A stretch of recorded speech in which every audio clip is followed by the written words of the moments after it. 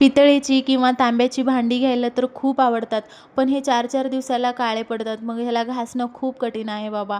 मी इकडे हे स्वच्छ करून घेत होते, कारण मला देवपूजा करायची होती. मग फुले आणण्यासाठी मी बाहेर गेलेली. वातावरणसुद्धा कसं झालंय काय माहीत, झाडाला फुले देखील लागत नाही आहेत, पाऊस देखील पडत नाही आहे. मला इकडे 4च फुलं भेटलेली, तेवढेच घेऊन मी आले आणि छान अशी माझी देवपूजा करून घेतली. ही भांडी जास्त वेळ फ्रेश राहावी म्हणून मी एक ट्रिक सांगते बरं का. पूजा झाल्यानंतर ह्याला सुती कापडाने छान स्वच्छ पुसून घ्यायचं, म्हणजे हे जास्त वेळ छान राहतील. मग नंतर मी इकडे नाश्त्याची तयारी करत होते. ह्याचं मात्र मध्ये मध्ये चालूच असतं, मम्मा मी करणार, ह्याला सगळं मलाच करायचं आहे असं असतं ह्याचं.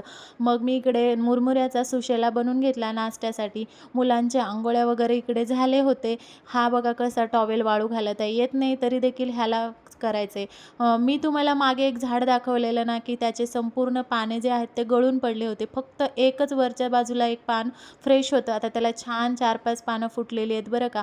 वाचवलं बरं का मी ह्या झाडाला. मग नंतर कपडे वगैरे सुकवायला घातले. अशी थोडीशी बसली होती की मुलं आले आणि म्हणाले, "मम्मा, मम्मा आज फादर्स डे आहे ना, मग तू केक बनव ना घरी, आपण छोटंसं सेलिब्रेशन करूया." वडील तर आपल्यासाठी रोज काही नाही काही करतच असतात, पण त्यांच्या चेहऱ्यावर हसू आणण्यासाठी आपण जर काही करू शकलो तर नक्की करायचं बरं का. भेटूया पुढच्या व्लॉगमध्ये. तोपर्यंत बाय.